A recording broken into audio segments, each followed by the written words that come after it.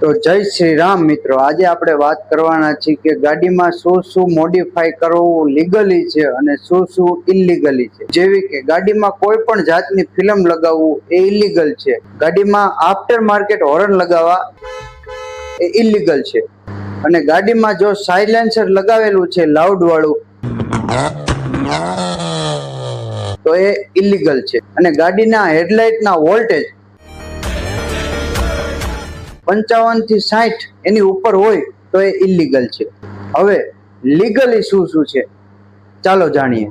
ગાડીના ટાયર બદલાવા એ લીગલ છે, પણ એની બે કન્ડિશન છે। પહેલું કે ગાડીનું ગ્રાઉન્ડ ક્લિયરન્સ ચેન્જ ન થવું જોઈએ, ગાડીની ઊંચાઈ, અને બીજું કે ગાડીના ટાયર એટલા બહાર ન આવવા જોઈએ કે જે ગાડીથી બહાર નીકળતા હોય।